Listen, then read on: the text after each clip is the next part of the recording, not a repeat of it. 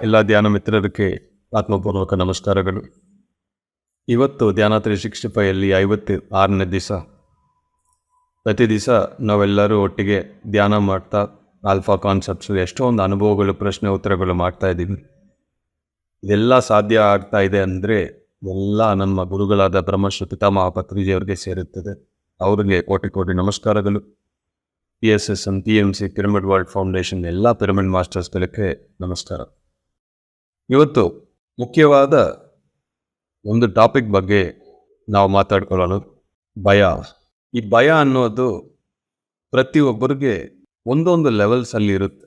ಸಂಪೂರ್ಣವಾಗಿ ಭಯ ಒಬ್ಬರಿಗೆ ಇಲ್ಲ ಅಂದರೆ ಅವರು ದ ಗ್ರೇಟ್ ಯೋಗೀಶ್ವರಗಳು. ನಮ್ಮೊಳಗೆ ಎಷ್ಟೊಂದು ವಿಷಯಗಳಿಗೆ ಭಯ ಅನ್ನೋದು ಇರುತ್ತೆ. ಫ್ಯೂಚರ್ ಬಗ್ಗೆ ಭಯ, ಆರೋಗ್ಯ ಬಗ್ಗೆ ಭಯ, ಯಾರನ್ನು ನೋಡಿದ್ರೇನು ಭಯ, ಏನಾಗುತ್ತೋ ಅನ್ನೋದು ಭಯ. ಈ ಭಯ ಅನ್ನೋದು ಒಂದು ದೊಡ್ಡ ರೋಗ. ಈ ಭಯ ಅನ್ನೋದು ನಮ್ಮ ಒಳಗೆ ಇರಬಾರ್ದು. ಭಯವಿಲ್ಲದ ಜೀವನ ಇರಬೇಕು. ಈ ಭಯ ಅನ್ನೋದು ಮೊದಲನೇದು ಏನು ಮಾಡುತ್ತೆ ಅನ್ನೋದು ನಾವು ಅರ್ಥ ಮಾಡ್ಕೋಬೇಕು. ಯಾವಾಗ್ಲೂ ಈ ಭಯ ಯಾರಿಗೆ ಜಾಸ್ತಿ ಇರುತ್ತೋ ಅವ್ರಿಗೂ ಯಾವಾಗ್ಲೂ ಅವರ ಮನಸ್ಸನ್ನು ಹೆಚ್ಚು ಯೂಸ್ ಮಾಡಿಬಿಡ್ತಾರೆ. ಏನಾಗುತ್ತೆ, ಯಾರು ಬರ್ತಾರೆ ಅಂದರೆ ತುಂಬ ಅವೇರ್ನೆಸ್ ಜಾಸ್ತಿ ಆಗ್ಬಿಡುತ್ತೆ. ಯಾವಾಗ್ಲೂ ಮನಸ್ಸೊಳಗೇನೆ ಇರ್ತಾರವರು. ಬುದ್ಧಿ ಅನ್ನೋದು ಹೋಗ್ಬಿಡುತ್ತೆ. ಮೊನ್ನೆ ನಾವು ನೋಡಿದ್ದೀವಿ, ಬುದ್ಧಿ ಹೋಗಿದ್ರೆ ಅದು ಮರಣಕ್ಕೆ ಸಮ ಅಂತ. ಭಯ ಏನು ಮಾಡುತ್ತದೆ, ನಮ್ಮ ಮನಸ್ಸನ್ನು ಎಕ್ಸಾಸ್ಟ್ ಅಂದರೆ ಅದರೊಳಗೆ ಇರೋ ಎನರ್ಜಿ ಕ್ಷೀಣಿಸ್ತದೆ. ಎರಡನೇದು, ಈ ಭಯ ಮೂಲಕ ಫಿಸಿಕಲ್ ಟೆನ್ಷನ್ಸು, ಮಸಲ್ ಟೆನ್ಷನ್ಸು ಜಾಸ್ತಿ ಆಗುತ್ತೆ. ಏನೇ ಆಗಲಿ ಧೈರ್ಯವಾಗಿ ನಾವು ಫೇಸ್ ಮಾಡಬೇಕು. ಈ ಭಯ ಅನ್ನೋದು ನಾವು ಹಂಗೆ ಬಿಟ್ಟಿದ್ರೆ ಈ ಬಾಡಿ ಪೇನ್ಸ್ನು ಅಲ್ಲೇ ಜಾಸ್ತಿ ಬರುತ್ತೆ. ಮೂರನೇದು, ನಾವು ಮಲಗಿದ್ರೆ ಚೆನ್ನಾಗಿ ನಿದ್ರೆ ಅನ್ನೋದು ಬರಲ್ಲ. ಡಿಸ್ಕಂಫರ್ಟ್ಸ್. ಈ ಭಯ ಏನು ಮಾಡುತ್ತದೆ, ನಮ್ಮ ಆಸ್ಟ್ರಲ್ ಬಾಡಿ ಹೊರಗೆ ಬಂದಿದ್ರೂ ಅದನ್ನು ಕರ್ಕೊಂಡು ಕೆಳಗೆ ಲೋಕಗಳಿಗೆ ಕರ್ಕೊಂಡು ಹೋಗ್ಬಿಡುತ್ತೆ. ತುಂಬ ಡಿಸ್ಟರ್ಬಿಂಗ್ ಸ್ಲೀಪ್ಸು, ಡಿಸ್ಕಂಫರ್ಟ್ಸು, ಆ ಸೌಂಡ್ ಸ್ಲೀಪ್ ಅನ್ನೋದು ನಮಗೆ ಬರಲ್ಲ. ನಾಲ್ಕನೇದು, ಈ ಭಯ ನಮ್ಮನ್ನು ಮೈಂಡ್ಫುಲ್ ಆಗಿ ಇಡೋಕ್ಕೆ ಬಿರಲ್ಲ. ಒಂದು ವಿಷಯದ ಮೇಲೆ ನಾವು ಫೋಕಸ್ ಮಾಡೋದೇ ಆಗಲ್ಲ. ಈ ಭಯ ಇದೆ ಅಂದರೆ ಭಯ ಅನ್ನೋದು ಕಡಿಮೆ ಆಗಬೇಕು. ಇಲ್ಲ ಅಂದರೆ ನಾವು ಏನೇ ಕೆಲಸ ಮಾಡಿದ್ರೂ ಅದರಲ್ಲಿ ಸಂಪೂರ್ಣವಾಗಿ ಆ ಭಯ ನಮ್ಮನ್ನು ಅದರೊಳಗೆ ಬಿಡಲ್ಲ. ಐದನೇದು, ಭಯ ಯಾರಿಗೆ ಜಾಸ್ತಿ ಇದೆಯೋ ಅವರು ಈ ಎರಡನೇ ಶರೀರ ಅಂದರೆ ಎಥ್ರಿಕ್ ಬಾಡಿಯಲ್ಲಿ ಇರೋ ಎನರ್ಜಿ ಅನ್ನೋದು ತುಂಬ ಎಕ್ಸಾಸ್ಟ್ ಆಗ್ಬಿಡುತ್ತೆ. ಯಾವಾಗ ಎಥ್ರಿಕ್ ಬಾಡಿಯಲ್ಲಿ ಎನರ್ಜಿಸ್ ಕಮ್ಮಿ ಆಗುತ್ತದೋ ರೋಗಗಳು ಜಾಸ್ತಿ ಬರೋಕೆ ಶುರುವಾಗುತ್ತೆ. ಆರನೇದು, ಈ ಭಯ ಅನ್ನೋದು ನಮ್ಮ ಕ್ರಿಯೇಟಿವಿಟಿಯನ್ನು ನಾಶನ ಮಾಡಿಬಿಡುತ್ತೆ. ಒಂದು ಸೃಷ್ಟಿ ನಾವು ಮಾಡೋಕೆ ಬಿಡಲ್ಲ. ಒಂದು ವಿಷಯ ಬಂದಿದ್ರೆ ಇದರಿಂದ ಏನಾಗ್ಬಿಡುತ್ತೋ ಆ ಭಯ ಅನ್ನೋದು ಯಾವುದೇ ಒಂದು ಪರಿಸ್ಥಿತಿ ಬಂದಿದ್ರೂ ಅದರೊಳಗೆ ಇರೋದು ಆಪರ್ಚುನಿಟೀಸ್ ನೋಡೋಕೆ ನಮ್ಮನ್ನು ಬಿಡಲ್ಲ. ಫಿಯರ್ ಆ ಒಂದು ಆಪರ್ಚುನಿಟೀಸ್ ಅನ್ನು ಬಿಡಲ್ಲ, ಅದು ನಾಶನ ಆಗ್ಬಿಡುತ್ತೆ. ಒಂದು ಹೊಸದಾಗಿ ನಾವು ಒಂದು ಸೃಷ್ಟಿ ಮಾಡೋಕೆ ಭಯ ಅನ್ನೋದು ನಮ್ಮನ್ನು ಬಿಡಲ್ಲ. ಅಂದರೆ ಒಂದು ಚಿಕ್ಕ ಸರ್ಕಲ್ ಹಾಕ್ಕೊಂಡು ಅದರ ಒಳಗೇನೆ ನಾವು ಜೀವಿಸ್ತೀವಿ. ನಮ್ಮ ಶರೀರ ಒಳಗೆ ಇಮ್ಯುನಿಟಿನೂ ಈ ಭಯ ಮೂಲಕ ಕಮ್ಮಿ ಆಗ್ತಾನೆ ಬರುತ್ತೆ.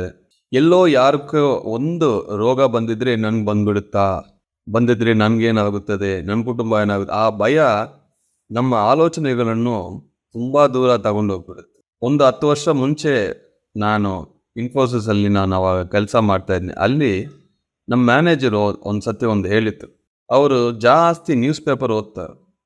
ಅಲ್ಲಿ ಏನಾದರೂ ಒಂದು ಹೊಸ ರೋಗ ಬಂದಿದ್ರೆ ಅದನ್ನು ಸಿಂಪ್ಟಮ್ಸ್ ಹೇಳ್ತಾರೆ. ಇವರು ಹೇಳಿದ್ರು, ಯಾವುದೇ ನೋಡಿದ್ರೂ ಎಲ್ಲ ನನ್ನೊಳಗೆ ಇದೆ ಅಂತಾನೇ ಭಯ ಬರ್ತಾ ಇದೆ ಅಂತ. ಅಂದರೆ ಈ ಭಯ ಆ ಲೋಯರ್ ಥಿಂಗ್ಸ್ ಎಲ್ಲ ನಮ್ಮನ್ನು ಅಟ್ರಾಕ್ಟ್ ಮಾಡುತ್ತೆ. ಇನ್ನೊಂದು 10ನೇ ಪಾಯಿಂಟ್ ಏನು ಅಂದರೆ, ಈ ಭಯ ಮೂಲಕ ನಮಗೆ ಸೋಷಿಯಲ್ ಇಂಟ್ರಾಕ್ಷನ್ಸ್ ಕಮ್ಮಿ ಆಗುತ್ತದೆ. ಯಾರು ಬಂದಿದ್ರೂ ಒಂದು ಡೌಟು, ಇವ್ರು ಯಾಕೆ ಬಂದಿದ್ರು, ಇವ್ರ ಹತ್ರ ಮಾತಾಡಿದ್ರೆ ಏನಾಗುತ್ತದೆ, ಎನರ್ಜಿ ಹೋಗ್ಬಿಡುತ್ತಾ, ಇವ್ರು ಬೇರೆ ಇಂಟೆನ್ಷನ್ಸ್ ತಗೊಂಡು ಬಂದರೆ ಆ ಸೋಷಿಯಲ್ ಇಂಟ್ರಾಕ್ಷನ್ಸ್, ಫ್ರೆಂಡ್ಶಿಪ್ ಅನ್ನೋದು ಮಾಡೋಕ್ಕೆ ಸಾಧ್ಯನೇ ಆಗಲ್ಲ. ಇವರು ತುಂಬ ಲೋನ್ಲಿಯಾಗಿ ಕುತ್ಕೊಳ್ತಾರೆ, ಯಾರ ಹತ್ರನೂ ಮಾತಾಡಲ್ಲ. ಈ ಭಯ ಮೂಲಕ ನಮಗೆ ಏನು ಬರಲ್ಲ, ಇರೋದು ಎಲ್ಲ ಹೋಗುತ್ತೆ. ಚಿಕ್ಕ ವಿಷಯನ ಅನ್ಕೊಂತೀವಿ ನಾವು ಭಯ ಅಂದರೆ, ನಮ್ಮನ್ನು ಏನು ಮಾಡೋಕ್ಕೆ ಬಿಡಲ್ಲ. ಮತ್ತೆ ಇದೇನು ಆಗುತ್ತದೆ ಅಂದರೆ, ಬೇರೆ ಯಾರು ಭಯ ಜಾಸ್ತಿ ಇದೆಯೋ ಅವರು ಮತ್ತೆ ಬಂದು ಅವ್ರ ಭಯನ ನಮ್ಗೆ ಕೊಟ್ಟು ಹೋಗ್ತಾರೆ. ಭಯ ಅನ್ನೋದು ದೊಡ್ಡ ರೋಗ. ಮತ್ತೆ ಏನ್ ಮಾಡಬೇಕು? ಇವಾಗ ಭಯ ಮೂಲಕ ಏನೇನಾಗುತ್ತೋ ನಮ್ಗೆ ಗೊತ್ತಾಗಿದೆ. ಮತ್ತೆ ಭಯ ಹೋಗ್ಬೇಕಂದ್ರೆ ಏನ್ ಮಾಡಬೇಕು? ಮೈಂಡ್ಫುಲ್ನೆಸ್. ಒಂದು ವಿಷಯ ನಾವು ಮಾಡ್ತಾ ಇದೀವಿ ಅಂದ್ರೆ ಸಂಪೂರ್ಣವಾಗಿ ಮಾಡಬೇಕು. ಯಾವುದೇ ಭಯ ಬಂದಿದ್ರೂ ಅದನ್ನು ಗಮನಿಸಬಾರದು. ತುಂಬಾ ಪಾಸಿಟಿವ್ ಥಿಂಕಿಂಗ್, ವಿಜುವಲೈಸೇಷನ್ ಇರಬೇಕು. ಇಲ್ಲ, ಇದು ಪಾಸಿಟಿವ್ ಆಗಿ ಆಗುತ್ತದೆ, ಇದು ನಾನು ಕಂಪ್ಲೀಟ್ ಮಾಡ್ತೀನಿ, ಇದು ಏನು ಹಾನಿ ಕೊಡಲ್ಲ, ಇದು ನಾನು ಮಾಡ್ತೀನಿ ಅನ್ನೋದು ನೀವು ಫೇಸ್ ಮಾಡಬೇಕು.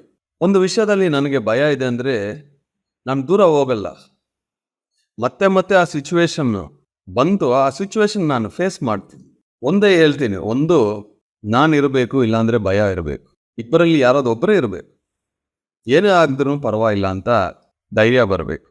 ಇನ್ನೊಂದು, ನಮ್ಮೊಳಗೆ ಭಯ ಜಾಸ್ತಿ ಇದೆ ಅಂದರೆ ತುಂಬ ಧೈರ್ಯವಾಗಿ ಯಾರಿದ್ದಾರೋ ಅವ್ರ ಜೊತೆ ನಾನು ಜಾಸ್ತಿ ಇರಬೇಕು. ಅವ್ರು ತಗೊಳ್ಳೋ ಒಂದೊಂದು ಸ್ಟೆಪ್ಪು, ಡೆಸಿಷನ್ಸ್ ನೋಡಿ ನೋಡಿ ನೋಡಿ ನಮ್ಮೊಳಗೆ ಬದಲಾವಣೆ ಅನ್ನೋದು ಆವಾಗ ಬರುತ್ತೆ. ಪಾಸಿಟಿವಿಟಿ ಅನ್ನೋದು ತುಂಬ ಜಾಸ್ತಿ ಇರಬೇಕು ನಿಮಗೆ. ಮತ್ತೆ ಮತ್ತೆ ನೆನಪಿಸ್ಕೋಬೇಕು, ಇಲ್ಲ ನನಗೆ ಏನಿಲ್ಲ, ನಾನು ಮಾಡ್ತೀನಿ ಅಂತ. ಒಂದು ಸತಿ ನೀವು ಅದನ್ನು ದಾಟಿದ್ರೆ ಮತ್ತೆ ನಮ್ಮ ಹಿಂದಿನ ವಿಷಯಗಳನ್ನು ನೋಡಿ ನಮಗೆ ನಗು ಬರುತ್ತೆ. ಏನಾದ್ರು ಭಯ ಇದೆ ಅಂದರೆ ಜರ್ನಲಿಂಗ್ ಹೆಲ್ಪ್ ಆಗುತ್ತದೆ. ಜರ್ನಲಿಂಗ್ ನಿಮ್ಮೆಲ್ಲರಿಗೂ ಗೊತ್ತು. ಓಕೆ, ಇವತ್ತು ಆಯಿತು, ಈ ಥರ ಭಯ ಇದೆ ಅಂತ. ಯಾವಾಗ ಅದು ಅವೇರ್ನೆಸ್ ಜಾಸ್ತಿ ಆಗುತ್ತೋ ಅಲ್ಲಿನೂ ನಮಗೆ ಭಯ ಕಮ್ಮಿ ಆಗುತ್ತೆ. ಏನಾದ್ರು ಭಯ ಇದೆ ಅಂದರೆ ಇಬ್ಬರು ಫ್ರೆಂಡ್ಸ್ ಹತ್ರ ನೀವು ಮಾತಾಡ್ಬೋದು, ಈ ಥರ ಆಗ್ತಾ ಇದೆ, ಇದರಲ್ಲಿ ನನಗೆ ಭಯ ಇದೆ ಅಂತ. ಇದನ್ನು ಟಾಕ್ ಥೆರಪಿ ಅಂತ. ಯಾವಾಗ ನೀವು ಅದು ಹೇಳ್ತಿರೋ ಅದನ್ನ ಶಕ್ತಿ ಕಮ್ಮಿ ಆಗುತ್ತದೆ.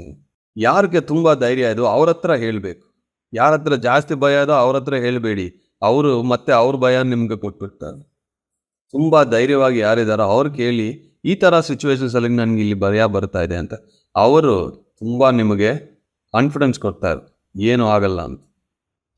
ಇನ್ನೊಂದು ಮುಖ್ಯವಾದ ವಿಷಯ, ಈ ವೈಲೆನ್ಸು, ಸೋಷಲ್ ಮೀಡಿಯಾ, ನ್ಯೂಸ್ಗಳು, ಇದು ಯಾವುದು ನೋಡಬೇಡಿ. ಬರೀ ಹೆಡ್ಲೈನ್ಸು ವಿತೌಟ್ ಪಿಕ್ಚರ್ಸು, ಟೆಕ್ಸ್ಟ್ ಮಾತ್ರ ಓದಿ ಪ್ರಪಂಚದಲ್ಲಿ ಏನು ನಡೀತಾ ಇದೆ ಅಂದರೆ ಸಾಕು. ಆ ಟಿ ವಿ ಹಾಕ್ಕೊಂಡು ದೊಡ್ಡ ದೊಡ್ಡ ಸೌಂಡ್ ಇಟ್ಕೊಂಡು ಅದೆಲ್ಲ ನೀವು ನೋಡಿದರೆ ಇದು ನಿಮ್ಮೊಳಗಿರೋದು ಭಯನ ಮತ್ತೆ ಮತ್ತೆ ಜಾಸ್ತಿ ಆಗ್ತಾನೆ ಇರುತ್ತದೆ. ಯಾವಾಗಲೂ ನೆನಪಿಟ್ಕೋಬೇಕು, ಈ ಭಯದಿಂದ ನನಗೆ ಒಂಚೂರು ಉಪಯೋಗ ಇಲ್ಲ. ಈ ಭಯದಿಂದ ನನ್ನ ಶಕ್ತಿ ಹೋಗ್ತಾ ಇದೆ, ಫೋಕಸ್ಸು, ಕಾನ್ಸಂಟ್ರೇಷನ್ ಹೋಗ್ತಾ ಇದೆ, ಇಮ್ಯುನಿಟಿ, ಆರೋಗ್ಯನೂ ಹೋಗ್ತಾ ಇದೆ, ಫ್ರೆಂಡ್ಶಿಪ್ಪೂ ಹೋಗ್ತಾ ಇದೆ, ಜೀವನನೇ ನಾಶನ ಆಗ್ತಾ ಇದೆ, ಧ್ಯಾನ ಮಾಡೋಕ್ಕೂ ಅದು ಬಿಡಲ್ಲ ಅಂತ. ಈ ಭಯ ಅನ್ನೋದು ಒಬ್ಬೊಬ್ಬರ ಒಳಗೆ ಎಷ್ಟು ಪರ್ಸೆಂಟೇಜ್ ಇರುತ್ತೋ ಯಾರಿಗೂ ಗೊತ್ತಿಲ್ಲ. ಅದನ್ನು ನೀವು ಗಮನಿಸ್ಬೇಕು. ಕಂಫರ್ಟ್ ಝೋನ್ ಅಂತಾರೋ, ಒಂದು ಚಿಕ್ಕ ಫ್ರೇಮ್ವರ್ಕ್ ಒಳಗೇನೆ ಅವ್ರು ಜೀವಿಸ್ತಾ ಇದ್ರು. ಹೊಸದಾಗಿ ಏನೇ ಬಂದಿದ್ರು ಬೇಡ ಬೇಡ ಬೇಡ ಅಂತ ಒಂದು ಸ್ಟೆಪ್ ತಗೊಂಡು ನೋಡಬೇಕು. ಯಾವ ವಿಷಯದಲ್ಲಿ ಭಯ ಇದೆ ಅಂದರೆ ಸ್ವಲ್ಪ ಸ್ವಲ್ಪ ಸ್ವಲ್ಪ ಸ್ವಲ್ಪ ನಾವು ಪ್ರಾಕ್ಟೀಸ್ ಮಾಡಿ ಆ ಭಯದಿಂದ ಹೊರಗೆ ಬರಬೇಕು.